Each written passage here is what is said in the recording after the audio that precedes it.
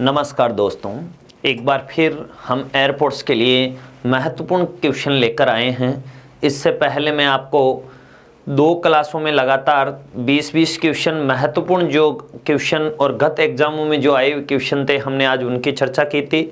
और आज हम बात करेंगे एक बार फिर 20 क्वेश्चनों की जो आपके एयरपोर्ट्स के लिए काफ़ी महत्वपूर्ण साबित होने वाले हैं। तो दोस्तों, आज हम बात करते हैं आपसे पहले क्वेश्चन की, और याद रहे सभी के सभी क्वेश्चन गत एग्जामों में और जो इम्पोर्टेंट क्वेश्चन हैं उनकी चर्चाएं हम कर रहे हैं। इतना मैं आपको विश्वास दिलाता हूं कि जो भी हम प्रश्न यहाँ लेके आए हैं, यदि आप एयरपोर्ट्स का एग्ज़ाम दोगे उसमें से आपको एक भी क्वेश्चन बार नहीं मिलेगा। और दूसरी चीज़ कि आप जो प्रश्न हमने करवाए हैं उनकी संख्याएं चेंज हो सकती है, इसके अलावा कुछ भी चेंज होने वाला नहीं है। तो दोस्तों, चलते हैं हम पहले क्वेश्चन में। तो देखिए, जो हमारा पहला क्वेश्चन है आज का, तो दोस्तों देखो, जो पहला क्वेश्चन है वो क्या कह रहा है कि एक अनुक्रम दिया है जिसमें एक पद रिक्त है, दिए गए विकल्पों में से वह सही विकल्प चुने जो अनुक्रम को पूरा करेगा। तो देखिए दोस्तों, हमें दिया हुआ है 7, 19, 42 और 87। अगली संख्या हमें पूछी है, ये सीरीज टॉपिक का प्रश्न है दोस्तों। क्लियर? अब देखो, हमें पूछा है कि अगला पद क्या होगा। तो देखो ध्यान से, जैसे हमारा क्वेश्चन है 7, 19, 42 और 87, अगली संख्या हमें पूछी है। क्लियर है? अब देखो हम क्या करेंगे दोस्तों, ध्यान से आप समझिएगा। हमें याद रहे सीरीज में एक दूसरे का संबंध देखना है कि क्या संबंध लग रहा है। इस सीरीज में देखो क्या होता है, या तो प्लस होता है या माइनस होता है या गुणा होता है या भाग होता है या वर्ग या गण, ये इसमें नियम लगते हैं। तो दोस्तों ध्यान से समझना, 7 और 19 में क्या रिलेशन है। तो आप कहोगे सर 7 को 2 से गुणा कर दो, तो भाई 14 आ गया। और यदि मैं 14 में 5 जोड़ूं तो कितना आ जाएगा, 19। क्लियर? आगे चले। फिर देखो 19 और 42 में क्या रिश्ता है। तो आप कहोगे सर 19 को 2 से गुणा कर दो, तो 19 को 2 से गुणा किया 38 आ गया। और 38 में यदि मैं 4 जोड़ूं तो कितना आ जाएगा, 42। क्लियर? फिर आगे देखो, यदि मैं 42 को 2 से गुणा करूं तो कितना आएगा, 84। और 84 में यदि मैं 3 जोड़ दूंगा तो कितना आ जाएगा, 87। अब देखो दोस्तों, हमें अगली संख्या चाहिए। गुणा सभी में 2-2 से ही हो रहा है, तो आगे भी गुणा कितने से होगा, 2 से ही होगा। क्लियर है? अब देखो, यहाँ +5, यहाँ +4, यहाँ +3, तो यहाँ पर प्लस का कितना होगा, 2 होगा। तो देखो 87 को आपको 2 से गुणा करना है। यदि आप 87 को 2 से गुणा करते हो तो कितना आएगा, 87 को यदि 2 से गुणा करते हो आप, तो आपका आंसर आएगा 174। कितना आएगा, 174। 174 में आपको 2 जोड़ना है तो कितना आ जाएगा, 176। और पहले क्वेश्चन का आंसर हो चुका है हमारा 176। क्लियर? तो कौन सा ऑप्शन राइट हुआ दोस्तों, तो आप कहोगे बी ऑप्शन राइट हुआ है सर। क्लियर है? देखो क्या नियम लगा, गुणा सभी में 2 से हो रहा है, यहाँ +5, यहाँ +4, यहाँ +3, यहाँ प्लस का कितना होगा, 2। और हमारे पहले क्वेश्चन का दोस्तों क्या आ जाएगा, आंसर आ जाएगा। क्लियर? समझ में आ चुका होगा आपको। चले नेक्स्ट क्वेश्चन की ओर। ओके, देखो दोस्तों, दूसरा सवाल क्या दिया हुआ है, हमें ध्यान से समझना। दिए गए विकल्पों में से संबंधित शब्द को चुनिए। तो देखिए, ये जो प्रश्न है, बेड, मटन, समरूपता, हिरन और आगे क्या आएगा। तो याद रहे ये समरूपता टॉपिक का है, एनालॉजी टॉपिक का सवाल है, बहुत इजी है। एक दूसरे में संबंध हमें पता करना है। तो देखिए, ये जो चिन्ह है वो है समरूपता का। किसका है दोस्तों, समरूपता का। समरूपता में देखो क्या होता है कि इधर 2 शब्द दिए हुए हैं तो इधर दोनों पूछ सकते हैं, एक दिया हुआ है तो एक पूछेगा, दोनों भी पूछ सकते हैं, कभी कभार दोनों नहीं दे, 2 दे देते हैं, इधर दोनों पूछ सकते हैं, इधर एक दे तो एक पूछेगा। क्लियर? तो हमें ये पता करना है कि जो हमें 2 शब्द दिए हुए हैं उनमें किस प्रकार का संबंध है, जो संबंध इनमें होगा वही संबंध इधर होना चाहिए। क्लियर? तो देखिए बेड और मटन में क्या संबंध है, तो बेड का जो मांस होता है उसे हम क्या कहते हैं, मटन। तो याद रहे हिरन का जो मांस होगा दोस्तों उसे हम क्या बोलेंगे, वेनिजन। क्या बोलेंगे, वेनिजन। तो राइट आंसर कौन सा, ए। याद रखना बेड का जो मांस होता है उसे क्या कहते हैं, मटन। हिरन के मांस को क्या बोलेंगे, वेनिजन। क्लियर, समझ में आ चुका होगा दोस्तों। दोनों साइड नियम लगना चाहिए समान, जब होगा समरूपता का क्वेश्चन सही। क्लियर है, चलें आगे। ओके, नेक्स्ट क्वेश्चन, तीसरा जो क्वेश्चन है दोस्तों हमारा, ध्यान से समझिए। दिए गए विकल्पों में से विषम संख्या विषम युग्म ज्ञात कीजिए। यानी ये जो हमारा सवाल है दोस्तों, ये है भिन्न बताओ, असंगत बताओ, हमें डिफरेंट बताना है, इनमें से कौन सा होगा। क्लियर, तो देखो दोस्तों भिन्न बताओ में क्या होता है, जो 4 ऑप्शन होते हैं उनमें से 3 ऑप्शन तो होंगे समान और 1 ऑप्शन होगा वो होगा भिन्न, और जो भिन्न होगा वो यही हमें बताना है। क्लियर है, चलो देखो भैया इन 3 में समान नियम क्या, एक भिन्न कौन सा।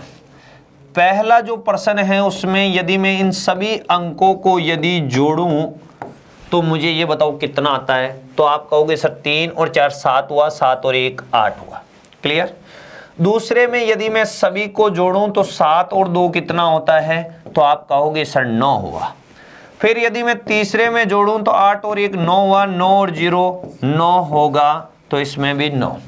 फिर चौथे में देखो यदि मैं 4 और 0 को जोड़ूं तो 4 4 में यदि मैं 5 जोड़ूं तो कितना होगा, 9। यदि मैं इन सभी का योग करूं तो याद रहे देखो 9 9 9 आ रहा है, लेकिन इसमें कितना आ रहा है दोस्तों, 8 आ रहा है। तो 3 में 9 9 आ रहा है, तो 3 में समान नियम, और 1 में असमान लग रहा है, तो असमान लगेगा, वही हमारा क्या हो जाएगा, आंसर हो जाएगा। क्लियर, तो राइट आंसर कौन सा हुआ, तीसरे क्वेश्चन का राइट आंसर है दोस्तों ए। कौन सा है, ए। क्लियर, चलिए नेक्स्ट क्वेश्चन की ओर। देखिए दोस्तों जो चौथा सवाल है वो शब्दकोश के अनुसार व्यवस्थित करने पर कौन सा शब्द तीसरे स्थान पर आएगा। तो याद रहे दोस्तों, सबसे पहले सवाल से पहले आपको यह पता होना चाहिए कि यह सवाल किस टॉपिक से संबंधित रखता है, यानी संबंध इस टॉपिक का किससे है। तो याद रहे ये टॉपिक अंग्रेजी वर्णमाला, यानी ये जो प्रश्न है वो अंग्रेजी वर्णमाला से संबंधित है, अल्फाबेट टेस्ट से संबंधित है। और मैं आपको इतना विश्वास दिलाता हूं कि सवाल आपको इतने इजी लगेंगे कि आप ये कहोगे वास्तविक में आपने अच्छी तरीके से पढ़ाया है, हम बिल्कुल इजी तरीके से आपको समझाने की कोशिश कर रहे हैं। तो देखो ये सवाल आपको एग्जाम में मिलेगा। शब्दकोश क्रम का मतलब होता है शब्द के क्रम के अनुसार, शब्द के क्रम के अनुसार। एक ही चीज याद रखना शब्दकोश में कि अंग्रेजी वर्णमाला में जो अक्षर पहले आएगा वो स्पेलिंग भी पहले आएगी, जो अक्षर बाद में आएगा वो स्पेलिंग भी बाद में आएगी। क्लियर है, ओके। चलो चलते हैं। सबसे पहले हमें कितनी भी स्पेलिंगें दी हुई हो, हमें सबसे पहले पहला पहला अक्षर, फिर दूसरा दूसरा, फिर तीसरा तीसरा, ऐसे याद करना है। क्लियर है, सभी का पहला अक्षर देखो दोस्तों क्या है, एम है। तो सभी का पहला अक्षर एम है तो मैं इसको काट देता हूं, क्योंकि सभी में समान है तो हमें दूसरे अक्षर पर चलना पड़ेगा। सभी में दूसरा अक्षर क्या है, आप कहोगे सर ए है, तो मैंने ए को भी हटा दिया। अब तीसरे अक्षर पर चलूंगा तो इसमें देखो एन है, इसमें जी है, इसमें एन है, इसमें क्या है, जी। तो मुझे एक बात बताइए दोस्तों, एन पहले आता है अंग्रेजी वर्णमाला में या जी, तो आप कहोगे सर जी पहले आता है। तो बिल्कुल देखो जी एक तो इसमें है, एक जी इसमें, तो इसका मतलब 1 और 2 नंबर पर इन्हीं में से आएगी। तो देखो इसमें जी, तो जी से जी गया, इसमें आई तो आई गया, इसमें सी तो इसमें भी सी, इसमें आई, इसमें क्या है ए। तो आई पहले आता है या ए, तो आप कहोगे ए पहले आता है सर, तो 1 नंबर पर ये स्पेलिंग हो गई। अब भाई दोनों में मुकाबला चल रहा था, पहले नंबर पर ये आ गई, तो ये कितने पे आई, दूसरे पे। क्लियर, पहला और दूसरा नंबर फिक्स हो चुका है। अब तीसरे और हम चौथे की बात करेंगे। तो देखो इसमें भी एन, इसमें भी एन, इसमें डी है, इसमें जी है, तो जी पहले या डी, तो आप कहोगे सर डी पहले आएगा तो ये नंबर हो जाएगी 3 और ये नंबर हो जाएगा कौन सा 4। क्लियर। अब हमें ये पूछा कि तीसरे स्थान पर कौन सा शब्द आएगा, तो तीसरे स्थान पर कौन सा शब्द आएगा, ए वाला आएगा। कौन सा आएगा भैया, ए वाला आएगा। क्लियर, समझ चुके होंगे। इसमें 3 क्वेश्चन हो जाते हैं, ठीक है ना। देखो एक तो इनका सबसे पहले कौन सा आएगा, सबसे बाद में कौन सा आएगा, दूसरे पे कौन सा, तीसरे पे कौन सा, और एक इनका शब्दकोश क्रम पूछ ले तो कैसे करोगे। 1 नंबर पर ये स्पेलिंग आई तो इसका यहां पर क्रमांक क्या हुआ, डी। 2 नंबर पर ये तो यहां पर क्रमांक क्या, बी। तीसरे पे ये तो यहां पर क्रमांक क्या, ए। और चौथे पर ये तो इसका यहां पर क्रमांक क्या, ये।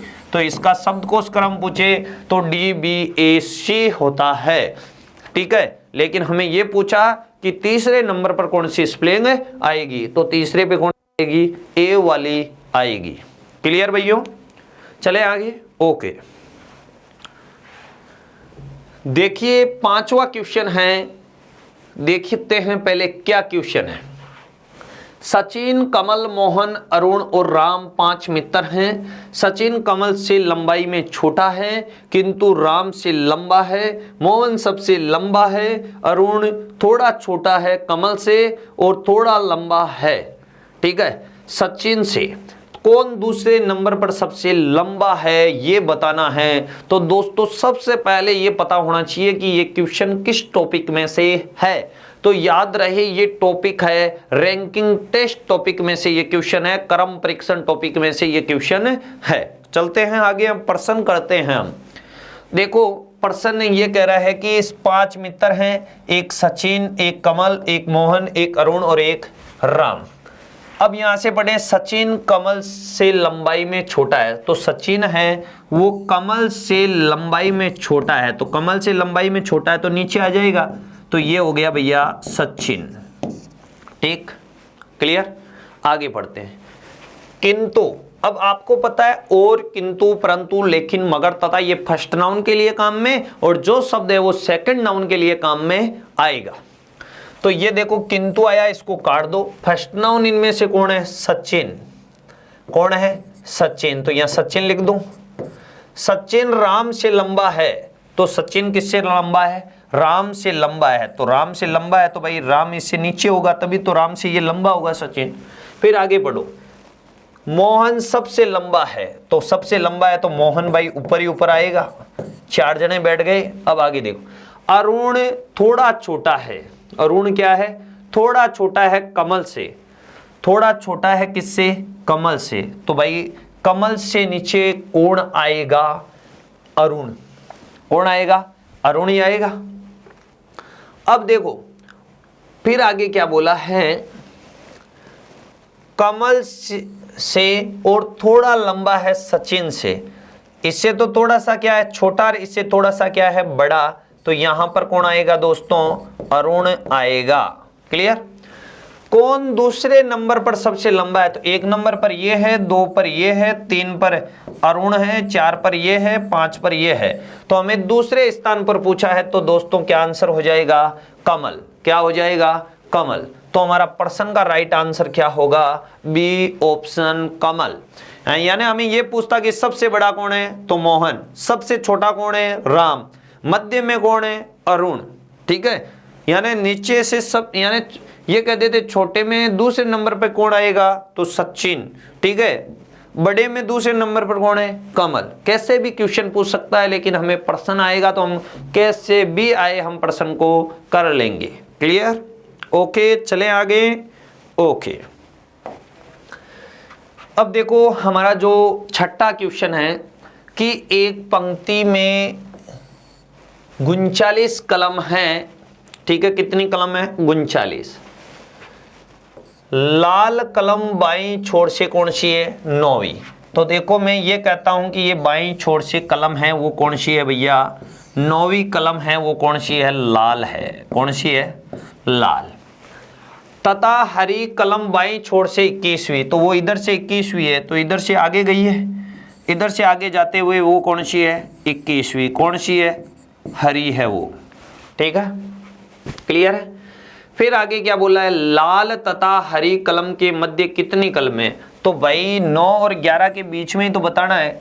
तो देखो 10, 11, 12, 13, 14, 15, 16, 17, 18, 19 और 20, यही कलमें। तो देखो 3, 3, 6, 6, 2, 8, 8 और 2, 10, 10 और 1, 11। कितना हो जाएगा भैया, 11।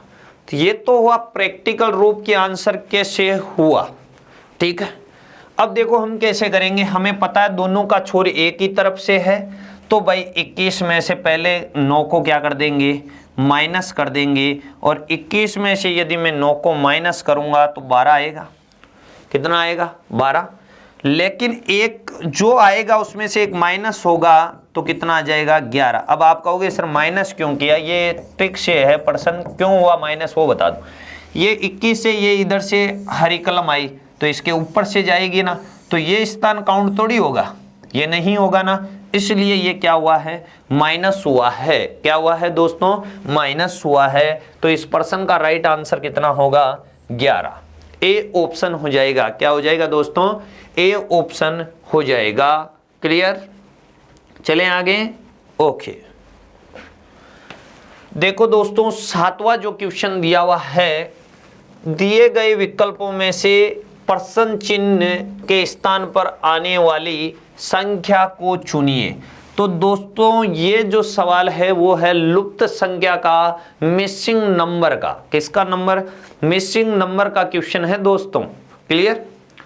अब देखो इनमें आपको मैंने एक सिस्टम बताया था, यदि आपको याद हो तो। इनमें देखो नियम ऐसे भी लग सकता है और ऐसे भी लग सकता है, लेकिन याद रहे मैंने ये कहा था जब बड़ी संख्या है नियम वैसे ही लगेगा। तो देखो बड़ी संख्या ऐसे आ रही है, इसमें ऐसे आ रही है, क्योंकि ऐसे हो तो एक में बड़ी आ जाएगी, तीनों में बड़ी है। देखो इसमें ये बड़ी, इसमें ये बड़ी, तो इसमें ये बड़ी होगी। क्लियर है। अब ये पता चल गया कि बड़ी संख्या आ रही है वो इन दोनों के डिपेंड पर आएगी, इन दोनों के डिपेंड पर आएगी। तो देखो 86 में से यदि मैं 38 माइनस कर दूं तो कितना आएगा दोस्तों। तो आप मुझे ये कहोगे कि सर यदि देखो इधर 86 में से मैं 38 माइनस करूं तो कितना हो गया, 8, इधर 7 बचा 4, 48 हो गया भैया, 48 हो गया। आना कितना चाहिए, 480। तो मैं इस 48 को कितने से गुणा करूंगी, 480 आ जाए। तो आप कहोगे सर 10 से कर दो, 480 आ जाएगा। बिल्कुल। क्या नियम लगा दोस्तों, मुझे एक बार ये बता दीजिए आपकी क्या नियम लगा। आप ये कहोगे सर हमने पहले बॉक्स और तीसरे बॉक्स को घटाया, यानी पहले में से तीसरे को घटाया, जो संख्या आई उसको 10 से गुणा किया तो बीच वाला बॉक्स आ गया। बिल्कुल सही। तो इसमें भी यही नियम इसमें करेंगे भैया। अब मुझे ये बताओ 72 में से 21 क्या करना है, माइनस। तो बचा कितना दोस्तों, 51। इसको मैंने 10 से गुणा किया तो कितना आया, 510। आ रहा है या नहीं आ रहा है, आ रहा है। तो इसमें भी तो यही नियम लग जाएगा। तो देखो क्या होगा, 36 में से 12 जाएगा, तो 36 में से यदि 12 जाएगा तो आपको पता है 24 बचेगा। कितना बचेगा, 24। और 24 को यदि हम 10 से गुणा करेंगे तो कितना आएगा दोस्तों, 240 आएगा। और हमारा राइट आंसर क्या हो जाएगा, 240। क्लियर दोस्तों। याद रखना जो मिसिंग नंबर है उसमें याद रहे नियम सभी में समान, जो नियम इसमें वही इसमें, वही इसमें लगेगा। क्लियर। तो 240 आंसर राइट है, 240 इस प्रश्न का। और याद रहे आपको ये भी पता होना चाहिए कि हमारा आंसर क्या हो जाएगा। क्लियर दोस्तों। इस क्वेश्चन को एक बार आप आराम से देखिएगा कि इस प्रश्न का आंसर क्या होगा। आराम से देखिए कि इस प्रश्न का आंसर क्या होगा। अब देखें नेक्स्ट क्वेश्चन। देखो दोस्तों हमारा 8वां क्वेश्चन है वो क्या है, एक विशिष्ट कोड भाषा में वेरिएबल को लिखा जा रहा है, ZIVFEP लिखा जाता है। तो उस कोड में हमें लिखना है किसको, रीजनिंग को। किसको लिखना है दोस्तों, रीजनिंग को लिखना है। ये दोस्तों सवाल आपको पता है सांकेतिक भाषा में से है। किस में से, सांकेतिक भाषा कोडिंग डिकोडिंग में से। देखिए क्या नियम है, तो हमें पता है, हमें शब्द दिया है वेरिएबल को लिखा जा रहा है ZIV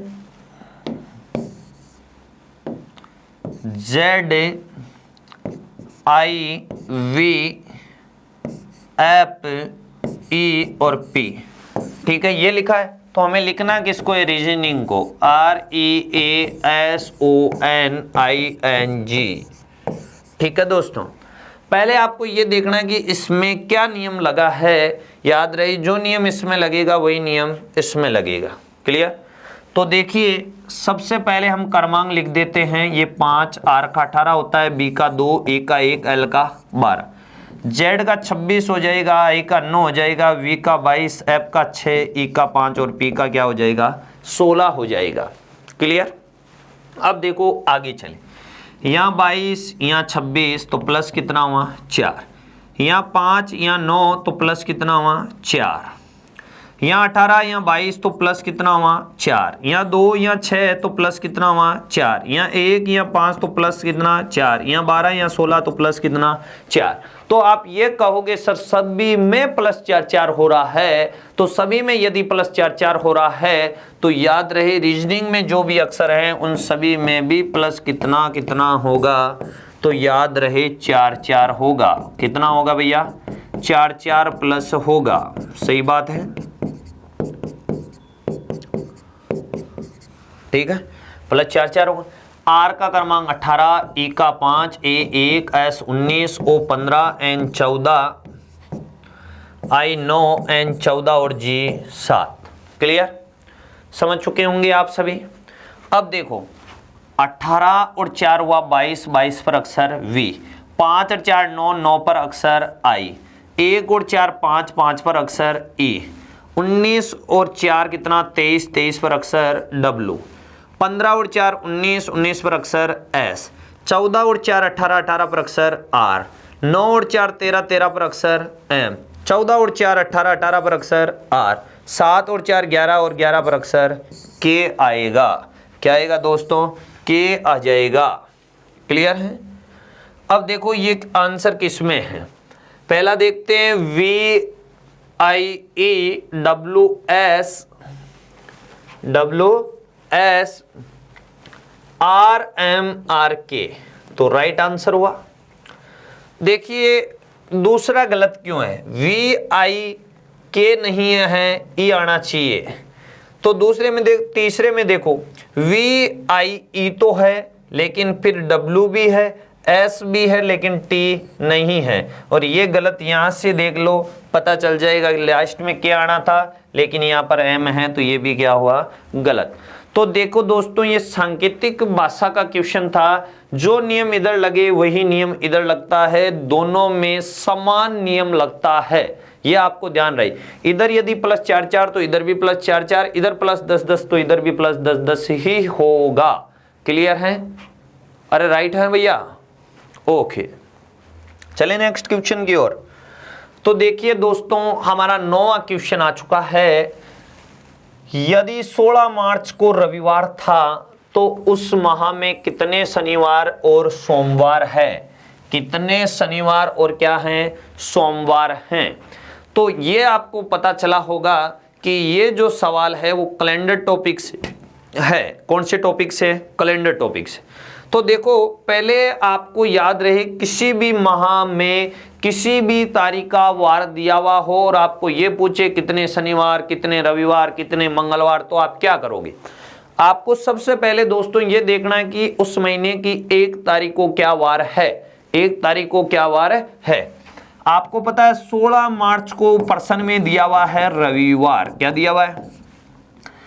तो देखो हमें 1 तारीख का वार चाहिए भैया, बड़ी में से छोटी को घटा दो तो कितना आएगा 15, 7 का भाग लगा दो तो शेषफल कितना आएगा 1, शेषफल क्या आएगा 1। इसका मतलब देखो रविवार है कब 16 तारीख को, 1 का पूछा है ना, तो 1 ऊपर वाली संख्या बड़ी है तो 1 क्या होगा प्लस हो जाएगा। तो मुझे ये बताओ क्या आंसर हो जाएगा, 1 तारीख को हो जाएगा सोमवार, 1 तारीख को क्या हो जाएगा भैया सोमवार हो जाएगा, क्या हो जाएगा, सोमवार। क्लियर है, यही हो रहा है ना। अच्छा देखो 1 तारीख को सोमवार है, 1 तारीख को क्या वार है, सोमवार है। ठीक है, तो पहले हमें सोमवार ही पूछा है, तो भैया 8 को भी क्या होगा, क्यों, क्योंकि हर तारीख में यदि हम 7 जोड़ेंगे तभी तो वो वार पुनः आएगा। आज की तारीख में 7 जोड़ दो तो आज वाला ही वार आएगा भैया। तो 1 में 7 जोड़ा 8 आ गया, 8 में 7 जोड़ा तो 15 आ गया, 15 को भी क्या होगा, याद रहे सोमवार। क्या होगा, सोमवार। 1 मिनट भाई, थोड़ा सा 1 मिनट, सॉरी इस प्रश्न में देखो हमने क्या किया, ऊपर वाली संख्या बड़ी थी, नीचे वाली प्लस, नीचे वाली बड़ी होने पर प्लस होता है, ऊपर वाली बड़ी होने पर क्या होता है, माइनस होता है। क्या होता है, माइनस। ये थोड़ी सी यहाँ पर है ना, आपने और मैंने दोनों ने ये गलती कर दी। तो देखिए इसमें से क्या होगा, एक माइनस होगा तो क्या आएगा, शनिवार आएगा। तो 1 तारीख को क्या वार है, शनिवार। क्या वार है दोस्तों, शनिवार है। क्लियर। अब देखो आपको ये पता चल गया कि 1 तारीख को शनिवार है। क्या वार है, शनिवार। तो मुझे ये बताओ 1 को यदि शनिवार है तो मुझे ये बताओ 8 को भी क्या है, शनिवार है। 15 को भी क्या है दोस्तों, शनिवार है। 22 को भी क्या है, आप कहोगे सर शनिवार है। फिर मैं कहूँगा 29 को भी क्या है, तो आप कहोगे सर शनिवार है। तो शनिवार कितने हुए दोस्तों, 5। कितने हुए, 5। तो ये गलत हो गया और ये गलत हो गया। ठीक है भैया, क्लियर। अब देखो हमें सोमवार चाहिए। क्या चाहिए, सोमवार। तो मुझे ये बताओ हमें सोमवार चाहिए, तो भैया 1 तारीख को शनिवार है, 2 को रवि होगा और 3 को सोम होगा। वापस 10 को सोम होगा, 17 को सोम होगा, 24 को सोम होगा और 31 को सोम होगा। क्योंकि जो मार्च महीना है वो 31 दिन होता है, तो इसमें ये कितने होंगे, 5। ये भी कितने होंगे, 5। तो 5 शनिवार और 5 क्या होंगे, सोमवार। Right option B. क्लियर। ये ध्यान रखना, आप है ना प्रश्न में जो वार दिया हो उसमें घटाते हो ना, ऊपर वाली संख्या यदि बड़ी हो ना तो आपको माइनस करना है, नीचे वाली संख्या बड़ी हो तो आपको क्या करना है, प्लस करना है। समझ गए। तो इसमें ऊपर वाली बड़ी थी तो हमने यहाँ 1 जो शेष पलाया उससे माइनस किया रविवार में से, तो क्या आया, शनिवार। क्लियर है। अब देखो एक चीज बताता हूं आपको, ध्यान से आप समझे सभी विद्यार्थी।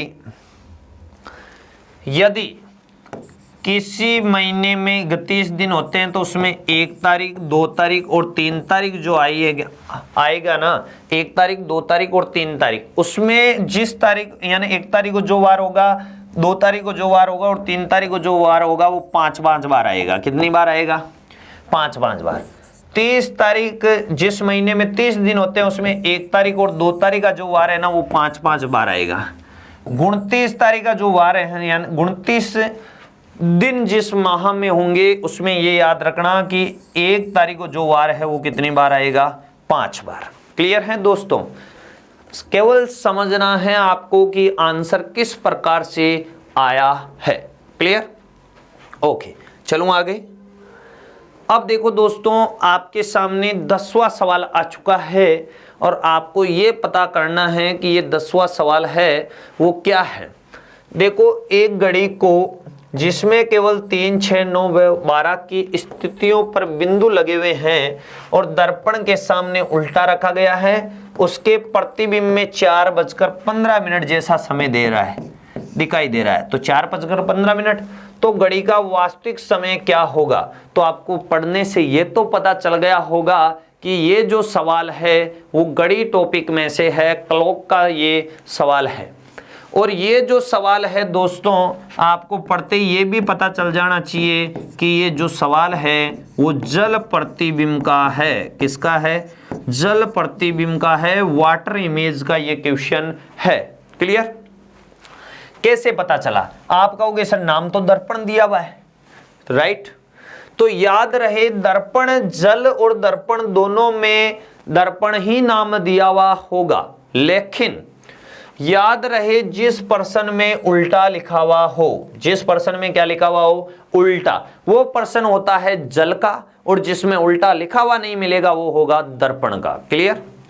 अब देखो भाई, आपको मैं सबसे पहले ये बता दूं, जल प्रतिबिंब में यदि मिनट है वो 30 से कम हो, मिनट है वो जो क्या है, जो भी मिनट है आपकी वो किससे कम हो, 30 से कम हो। मैं लिख देता हूं यहाँ एक बार आपके सामने,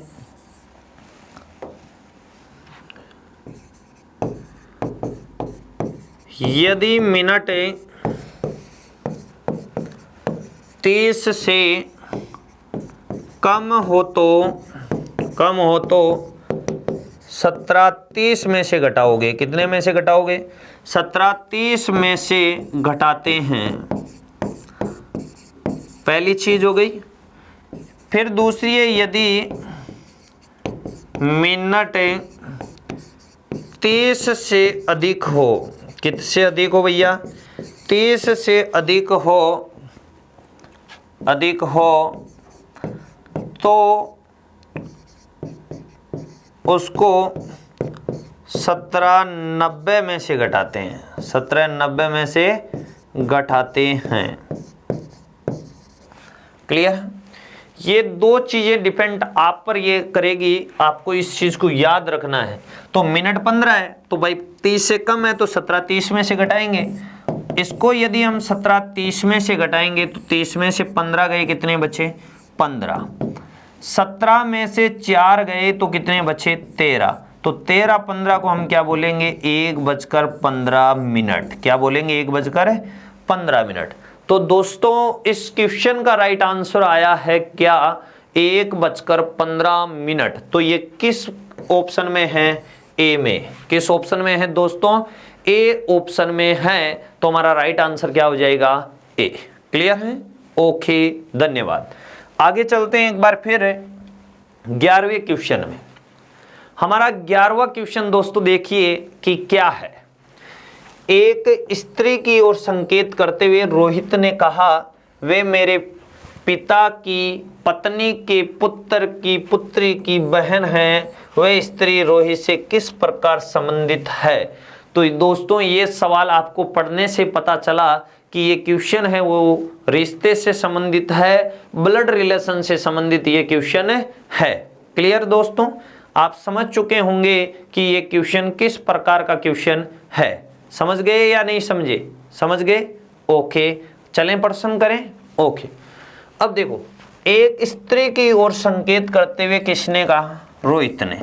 तो दोस्तों ये तो हो गया, रोहित कह रहा है, ये स्त्री हो गई जिसकी ओर संकेत कर रहा था। ठीक, रोहित ने कहा वे मेरे पिता, तो ये रोहित के क्या हो गए, पिता। ठीक है, पिता की पत्नी, तो पिता की पत्नी, अब रोहित के पिता की पत्नी कौन होगी, रोहित की मां होगी। ठीक है, के पुत्र, तो इसकी मां का पुत्र कौन है, रोहित है।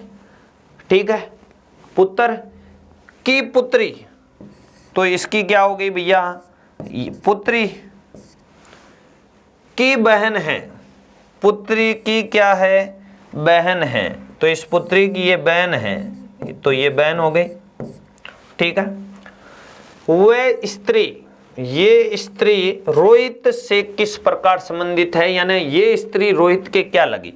तो देखो, रोहित की ये बेटी थी और ये बेटी की बहन है, क्या है, बहन है। तो भाई बेटी की बहन तो बेटी ही होगी, या तो देखो बहन क्या होगी, बेटी, या होगी क्या, जैसे मान लो कि मेरी बहन, ये मैं, जैसे मान लो ये रोहित मैं हूं। ठीक है, ये मेरी पुत्री है। अब मेरी पुत्री की बहन तो मेरे भाई की बहन भी तो हो सकती है, तो वो मेरी क्या होती है भैया, भतीजी। क्या होती है, भतीजी। ये बेटी भी हो सकती है, भतीजी भी हो सकती है। तो पहले ऑप्शन में है पुत्री, तो बिल्कुल सही बात है, पुत्री भी है। लेकिन बहन कैसे भी नहीं है, भतीजी भी हो सकती है, बहन भी हो सकती है।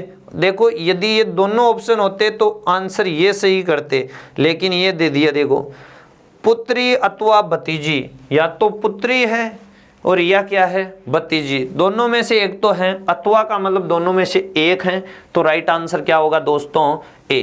क्योंकि देखो यदि ये इसकी रियल बहन, सगी बहन होती तो ये पुत्री होती, अभी सगी का तो दिया हुआ नहीं है, तो याद रहे भाई की बेटी भी तो हो सकती है, तो वो भतीजी ही होगी ना। तो ये याद रखना, या तो होगी पुत्री या होगी भतीजी। क्लियर, डायग्राम आपके सामने क्लियर है, देख लीजिए एक बार ध्यान से। चले आगे, ओके। अब दोस्तों जो 12वां क्वेश्चन है वो हमारा टॉपिक है दिशा से संबंधित, डायरेक्शन टेस्ट से संबंधित है। पढ़ते हैं, जैसे जैसे पढ़ेंगे डायग्राम बनाएंगे। एक विमान पश्चिम की ओर 100 किलोमीटर तक उड़ता है, ठीक है, किधर, पश्चिम में। ये जैसे मान लो यहां से इसने उड़ना स्टार्ट किया, पश्चिम में उड़ा और 100 किलोमीटर उड़ गया, ठीक। आगे फिर वह दक्षिण की ओर मुड़ रहा है, इधर मुड़ा और ये 150 मीटर है वो और उड़ता है भैया, ये 150 मीटर उड़ गया।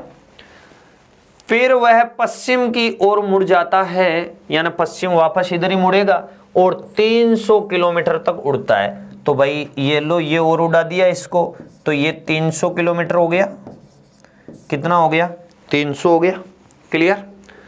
अब आगे देखो क्या है, फिर वह दाईं ओर मुड़ता है, दाईं ओर घड़ी की दिशा में होता है और 150 मीटर वापस चलता है।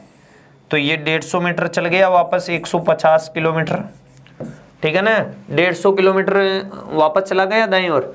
वह अपने प्रारंभिक स्थिति से अब कहाँ है, तो प्रारंभिक स्थिति ये थी, अब ये यहाँ पर है, तो हमें ये दूरी बतानी है भैया, ये, ठीक। अब ये तो यहाँ तक तो 100 किलोमीटर है, सब किलोमीटर में है दूरी। तो देखो ये 150 है तो ये भी 150 है, ये 300 है तो ये ऊपर वाली भी कितनी हो जाएगी, 300 किलोमीटर। तो ये तो 300 है और ये 100 है, तो 300 और 100 को यदि मैं जोड़ दूं तो कितने किलोमीटर आ जाएगा, 400 किलोमीटर। कितना आ जाएगा, 400 किलोमीटर आ जाएगा। और याद रहे दोस्तों कि वह अपने प्रारंभिक स्थान से 400 किलोमीटर की उड़ान भर चुका है और हमें दिशा बतानी है, तो यहाँ से ये कौन सी दिशा होगी, पश्चिम। तो 400 किलोमीटर पश्चिम दिशा, करेक्ट आंसर कौन सा, सी हो जाएगा दोस्तों। कौन सा हो जाएगा, सी। क्लियर। आराम से डायग्राम देख लीजिए, फिर हम आगे की ओर चलें आगे की ओर। ओके, देखिए दोस्तों हमारा 13वां क्वेश्चन है, वो है कथन निष्कर्ष यानी न्याय वाक्य टॉपिक से संबंधित रखेगा। देखो क्या बोल रहा है, सभी अंगूर हरे हैं, कुछ हरे सख्त हैं। फिर है निष्कर्ष, कुछ हरे अंगूर हैं, कुछ सख्त अंगूर हैं, कोई अंगूर सख्त नहीं है। क्लियर। अब देखो पहले इनका डायग्राम बनेगा, दोनों के दोनों कैसे हैं, पॉजिटिव। तो पॉजिटिव का पॉजिटिव में आएगा, नेगेटिव में नहीं आएगा। ये नेगेटिव है तो ये क्या हो गया दोस्तों, गलत हो गया। क्लियर। चलो आगे। ओके, सभी अंगूर क्या हैं, हरे। तो ये तो दोस्तों हो जाएगा अंगूर, क्या हो जाएगा, अंगूर। सभी अंगूर क्या हैं, हरे, तो ये हो जाएगा दोस्तों हरे। फिर कुछ हरे सख्त हैं, तो कुछ हरे ही सख्त होने चाहिए, तो ये कुछ हरे हैं वो क्या हो गए भैया, सख्त हो गए। ये डायग्राम हो चुका है इस प्रश्न का। अब पहला निष्कर्ष चेक करते हैं, कुछ हरे अंगूर हैं, तो कुछ हरे ये अंगूर हैं। याद रखना डायग्राम बनाने के बाद में जब हम बाहर से अंदर चलेंगे तो केवल कुछ होगा, क्या होगा दोस्तों, कुछ। और याद रहे जब अंदर से हम बाहर जाएंगे तो सभी और कुछ दोनों होगा, ये ध्यान रखना। तो हम तो कहाँ जा रहे हैं, बाहर से अंदर जा रहे हैं। बाहर से यदि अंदर जा रहे हैं तो कुछ होगा, और यहाँ कुछ लिखा हुआ है या नहीं है तो पहला सही। फिर कुछ सख्त अंगूर हैं, तो कुछ सख्त अंगूर है क्या भाई, इन दोनों में कुछ भी स्पर्श नहीं हो रहा है तो नहीं है, केवल कौन सा सही हो रहा है, पहला। तीसरा ऐसे गलत हो गया क्यों? पॉजिटिव का पॉजिटिव नहीं नेगेटिव है, तो केवल पहला सही है, और पहला यदि सही हो तो कौन सा ऑप्शन होना चाहिए था? ए ऑप्शन होना चाहिए था। क्लियर? डायग्राम आपके सामने है, आप देख सकते हो कि डायग्राम हमने कैसे बनाया है। क्लियर? चलूं आगे। ओके, देखो दोस्तों, हमारा 14वां क्वेश्चन है, वह आरेख चुनिए जो नीचे दिए गए वर्गों के बीच के संबंध का सही निरूपण करता हो। तो हमारे पास दोस्तों सबसे पहले ये पता होना चाहिए कि ये क्वेश्चन किस टॉपिक का है। तो याद रहे ये टॉपिक है तार्किक वेन आरेख। कौन से टॉपिक का है? तार्किक वेन आरेख, लॉजिकल वेन डायग्राम। क्लियर? 3 शब्द हैं, दिल्ली, श्रीलंका, एशिया। ठीक, इनमें से कौन सा इस चीज को फॉलो करता है, यानी ये किससे होगा? तो देखो भाई, एशिया, ये हो गया एशिया। एशिया के अंदर आपको पता है कि श्रीलंका जो देश है वो भी आता है, श्रीलंका हो गया। अब क्या बचा? दिल्ली। मुझे ये बताओ कि दिल्ली क्या है? आप कहोगे सर भारत की राजधानी है दिल्ली। तो मुझे ये बताओ भारत किस में आता है? तो आप कहोगे सर भारत है वो एशिया महाद्वीप में आएगा, तो एशिया के अंदर आएगा। तो भाई जो भारत में आएगा तो वो एशिया के अंदर ही आएगा, चाहे वो दिल्ली हो चाहे जयपुर हो। ठीक है ना? तो ये दिल्ली है वो किसके अंदर आएगी? एशिया के अंदर आएगी। लेकिन याद रखना, इसका दिल्ली का संबंध श्रीलंका से नहीं भारत से, इसलिए दोनों अलग अलग आएंगे। तो ये जो ऑप्शन है दोस्तों वो बिल्कुल सही होगा, और ये ऑप्शन किसमें है दोस्तों? बी ऑप्शन में आपको मिल जाएगा। क्लियर है? आराम से देख लीजिए आपका आंसर। फिर चलते हैं हम नेक्स्ट क्वेश्चन में। चले? ओके, तो देखो दोस्तों, हमारा 15वां क्वेश्चन है, यदि प्लस का अर्थ भाग है तो प्लस का अर्थ क्या है? भाग। भाग का अर्थ क्या है? माइनस है। फिर है माइनस का अर्थ क्या है? गुणा है। और गुणा का अर्थ क्या है दोस्तों? प्लस है। तो हमें इसका आपको आंसर देना है, यानी ये मैथ का जो बोर्ड मार्क्स नियम है ना उसका क्वेश्चन है। तो देखो 12 माइनस की जगह क्या करोगे? गुणा 8। गुणा की जगह क्या करोगे? प्लस 6। माइनस की जगह क्या करोगे? गुणा कितना? 4। भाजक की जगह क्या करोगे? -6। और प्लस की जगह क्या करोगे? भाजक 3 बराबर क्या होगा? ये इसको हल कर लो। सबसे पहले इस प्रकार के क्वेश्चन में आपको चिन्ह चेंज करने हैं। क्या चेंज करने? चिन्हों को चेंज करना है। फिर आपको ये पता होना चाहिए कि सबसे पहले भाग, फिर गुणा, फिर प्लस और फिर माइनस होगा। क्लियर? अब देखो 12 गुणा 8 प्लस 6 गुणा 4 माइनस। अब देखो भाग लगाएं, में भाग 2 बार। अब क्या हल होगा? गुणा। तो 12 को 8 से गुणा करो 96, 6 को 4 से गुणा करो 24 माइनस 2। अब इन दोनों को जोड़ लो तो 120 माइनस 2 तो कितना हो गया? 118। क्या आएगा? 118। तो 118 किस में है? डी ऑप्शन में है 118। तो हमारा राइट आंसर हो जाएगा कौन सा दोस्तों? डी हो जाएगा। क्लियर? सभी को ये क्वेश्चन मैं आशा कर रहा हूं कि सभी को ये समझ में आ गया। आप यदि एयरपोर्ट्स का एग्जाम आज तक आपने दिया है दोस्तों, तो आपको ये पता चल रहा होगा कि हाँ इसी प्रकार के क्वेश्चन एग्जाम में आते हैं जो भी मैंने करवाए। और आगे भी जो क्वेश्चन हैं वो आपके लिए महत्वपूर्ण ही हैं। क्यों? क्योंकि आपको पता है एयरपोर्ट्स में 5 क्वेश्चन फिक्स है, आकृतियों के आएंगे। आपके आएंगे कि नहीं आएंगे? सबको पता है, जो एग्जाम दिया हुआ बच्चा है उसको पता है कि 5 क्वेश्चन आकृतियों से संबंधित होंगे। फिर आपके जो टॉपिक है कैलेंडर, घड़ी, सांकेतिक भाषा, वर्णमाला, क्रम परीक्षण, तार्किक वेन आरेख, इनमें से बहुत सारे जो इंपॉर्टेंट क्वेश्चन है वो आपके हर बार एग्जाम में आते हैं। सीरीज यानी लुप्त संख्या, मिसिंग नंबर, यानी क्वेश्चन 100% आते हैं। क्लियर? तो चले नेक्स्ट क्वेश्चन में। तो देखिए हमारा जो 16वां क्वेश्चन है दोस्तों वो क्या है? एक अनुक्रम दिया गया है जिसमें एक आकृति लुप्त है, 4 दिए गए विकल्पों में से वह विकल्प चुनिए जो अनुक्रम को क्या करे, पूरा करे। यानी इससे इसमें इसमें इसमें, यानी यहाँ वाली आकृति हमें बतानी है दोस्तों कौन सी आएगी। तो देखो इसमें आप पहली और दूसरी आकृति में देखो क्या हुआ, कुछ नहीं हुआ। ये ऐसी आकृति थी और घड़ी की दिशा में हो गई भाई, घड़ी की दिशा में हो गई। ये यहाँ से यहाँ सीधी हो गई ऐसे, यहाँ वाला यहाँ पर चला गया और यहाँ वाला यहाँ पर घड़ी की दिशा में घूमे। अब ये घड़ी की दिशा में यहाँ से यहाँ घूमेंगे तो ऐसे हो जाएंगे, यानी ये जो आयत है वो ऊपर ही ऊपर आएगा। तो ऊपर ही ऊपर आएगा, तो ऊपर इसमें नहीं है भैया, इसमें तो है, इसमें भी है, इसके पास कोई नहीं आएगा क्योंकि आपको पता है ये अकेला ही है, तो ये भी नहीं होगा। अब ये तो हमें पता चल गया कि ये आयत ऊपर आएगा।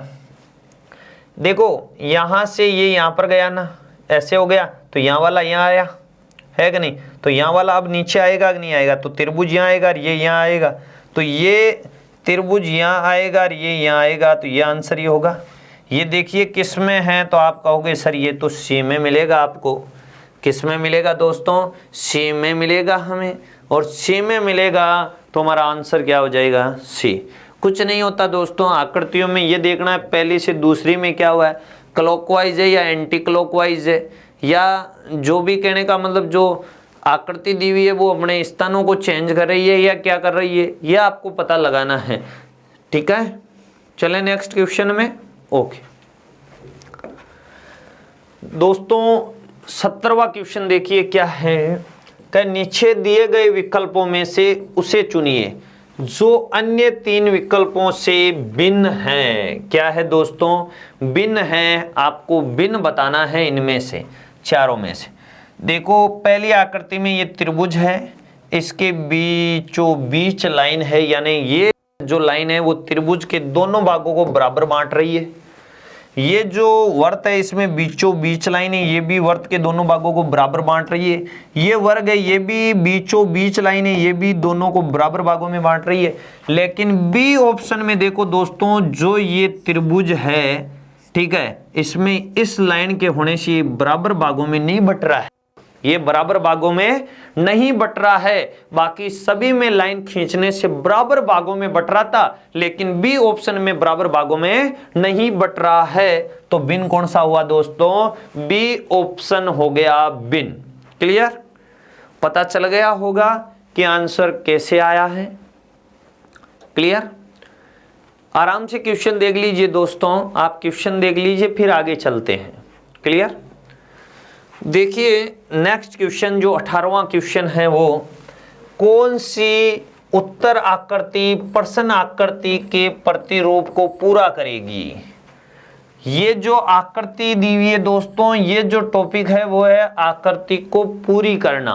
ये आकृति दी हुई है, इसको पहले पूरा करो कि किस ऑप्शन से ये पूरा हो। क्लियर, अब देखो यदि हम पूरा करें, ठीक है, देखो ये जो ये और ये समान है, इसका मतलब ये और ये क्या होगा, समान होगा। ये देखो इसके पास में है ना, तो याद रहे जो ये है ये भी इसके पास में ही होगी, ऐसे देखो ऐसे, ठीक है ना, ऐसे ही होगा ना।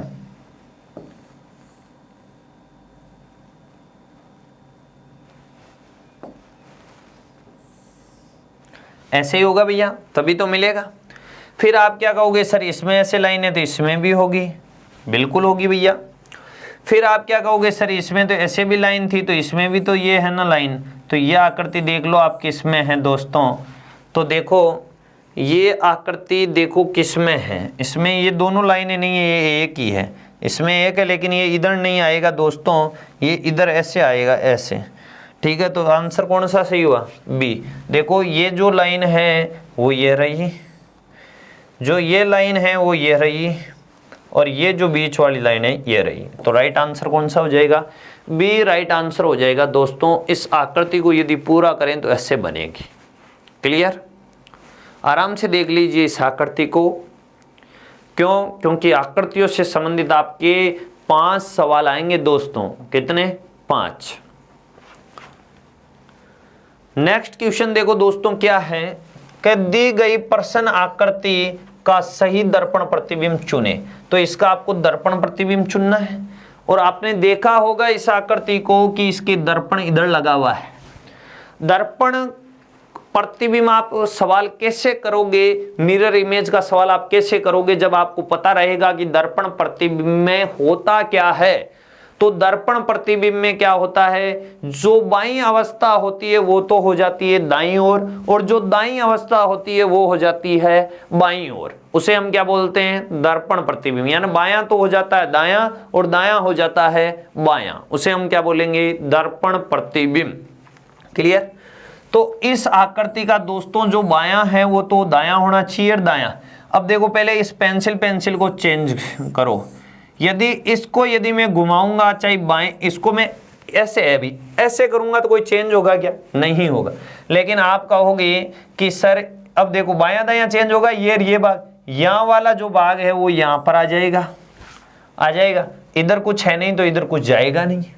तो ये जो है वो इसका क्या बन रहा है, दर्पण प्रतिबिंब। और ये किस में है, देखो पहले में भी नहीं है क्योंकि ये जल हो रहा है, यानी उल्टा होता है जल होता है। ये बिल्कुल करेक्ट आंसर है दोस्तों बी। कौन सा राइट आंसर है, बी राइट आंसर हो जाएगा। देखो सेम आकृति ये रही, ये भी नहीं हो सकता क्योंकि ये इधर आता, ठीक है ना। क्लियर दोस्तों, आज का लास्ट क्वेश्चन आपके सामने आ रहा है। लास्ट क्वेश्चन है आज का, देखिए क्या है।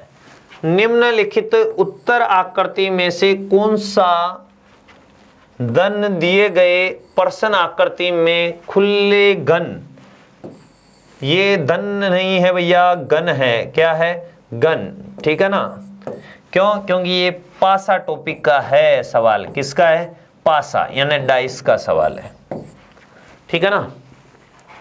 ये पासा खुला हुआ है, इसको यदि जब हम बंद करेंगे तो इनमें से कोई एक पासा बनेगा और वो हमें बताना है। देखो जब कोई भी पासा खुला होता है ना तो उसकी पूरी की पूरी 6 सतह हमें दिखाई देती है, और जब वो पासा बंद हो जाता है तो उसकी 3 सतह दिखाई देगी। कितनी, 3। देखो अब 6 सतह दिखाई दे रही है, तो याद रखना आप साइड वाले का विपरीत हमेशा साइड वाला होता है। यानी इस याद रहे खुले पासे में एकांतर नियम लगता है। क्या नियम लगता है, एकांतर नियम, यानी एक छोड़कर एक।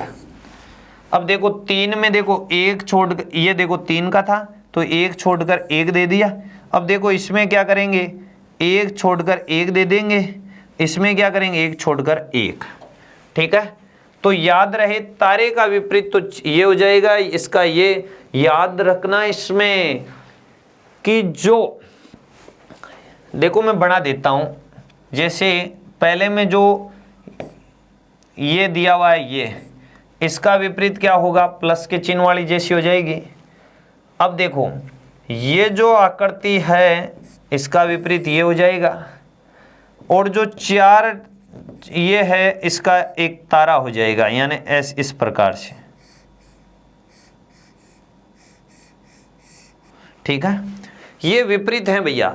और आप एक चीज हमेशा ध्यान में रखना कि पासे में जो पड़ोसी सतह होती है वो कभी भी विपरीत नहीं होती है। क्या नहीं होती है, विपरीत नहीं होती। इसका मतलब ये है कि ये एक ही पासे में नहीं होने चाहिए, ये भी एक ही पासे में नहीं होने चाहिए, ये भी एक ही पासे में नहीं होने चाहिए। तो पहला देखते हैं हम ये, ठीक है। अब देखो मुझे ये बताओ, ये चिन्ह और ये प्लस का चिन्ह एक में है क्या, तो आप कहोगे सर नहीं है। फिर देखो ये चिन्ह और ये चिन्ह एक में है क्या, तो आप कहोगे सर ये तो है लेकिन ये बिल्कुल जो वर्त है ये नहीं है। फिर मैं कहूँगा ये चिन्ह दोनों में है क्या, तो आप कहोगे सर ये एक, ये दोनों नहीं है। तो इसका आंसर कौन सा होगा, ए। अब देखो ये गलत क्यों है, इसमें देखो तारा भी है इसमें और ये 4 बिंदु है, यानी ये विपरीत होते हैं, दोनों एक में होने से गलत। फिर देखो सी में देखो, ये देखो इसमें ये दिया हुआ है एक, फिर 4 वाला ये दिया हुआ है और ये दिया हुआ है, ठीक है। फिर देखो क्या दिया हुआ है, इसमें दिया हुआ है क्या, तारा दिया हुआ है, वर्ड दिया हुआ है और प्लस का चिन्ह दिया हुआ है, तो ये भी नहीं होगा। अब आप सी ऑप्शन को देखना दोस्तों, इसमें जो ये दिया हुआ है, ठीक है, ये दिया हुआ है, ये दिया हुआ है, तो सी भी इससे बन जाएगा। ठीक है, ए देखना आप, इसमें से एक में ये दिया हुआ है, एक में ये दिया हुआ है, एक में ये दिया हुआ है, तो दोस्तों याद रखना इससे ए व सी दोनों बन जाएंगे। ए और सी क्या बन जाएंगे? दोनों बन जाएंगे। क्लियर हैं दोस्तों? तो दोस्तों ये थे आज के जो महत्वपूर्ण जो क्वेश्चन थे, वो याद रहे। ये इतने महत्वपूर्ण क्वेश्चन है, आप किसी भी एग्जाम की यदि एयरपोर्ट्स में आप तैयारी कर रहे हो तो आपको ये क्वेश्चन मिलेंगे ही मिलेंगे। एयरपोर्ट्स के लिए काफी महत्वपूर्ण है, क्योंकि आपका नवंबर माह में एग्जाम आने वाला है। तो आप इन प्रश्नों को अवश्य एक बार देखें, मिलाएं, आपके लिए बहुत ही उपयोगी साबित होंगे दोस्तों। तो हम करते हैं बात अगली क्लास में, एक बार फिर जो इंपॉर्टेंट क्वेश्चन और गत एग्जामों में आए हुए क्वेश्चन है उनकी हम चर्चा करेंगे। जब तक के लिए दोस्तों, जय हिंद, जय भारत।